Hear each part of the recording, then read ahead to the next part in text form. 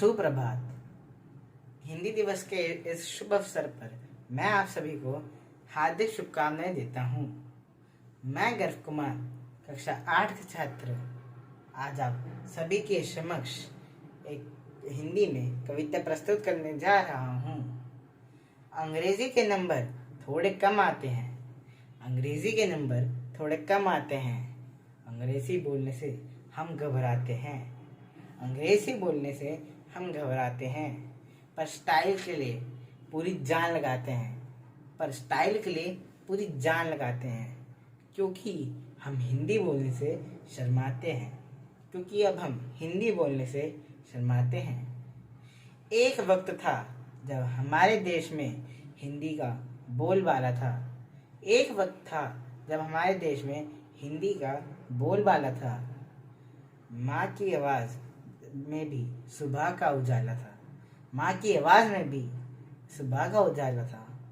उस माँ को अब हम मॉम बुलाते हैं, उस माँ को अब हम मॉम बुलाते हैं, क्योंकि हम हिंदी बोलने से शर्माते हैं। हम हिंदी बोलने से शर्माते हैं। देश आगे बढ़ गया पर हिंदी पीछे रह गई, देश आगे बढ़ गया मगर हिंदी पीछे रह गई। इस भाषा से हम नजरें चुराते हैं, इस भाषा से हम नजरें चुराते हैं, क्योंकि हम हिंदी बोलने से शर्माते हैं, क्योंकि हम हिंदी बोलने से शर्माते हैं।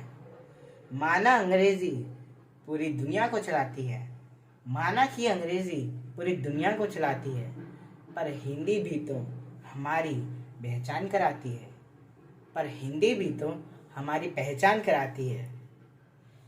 क्यों ना अपनी मातृभाषा को फिर से सर आंखों पर बिठाएं।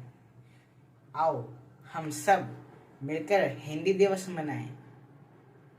अर्ज किया है, करते हैं तन मन से वंदन, करते हैं तन मन से वंदन।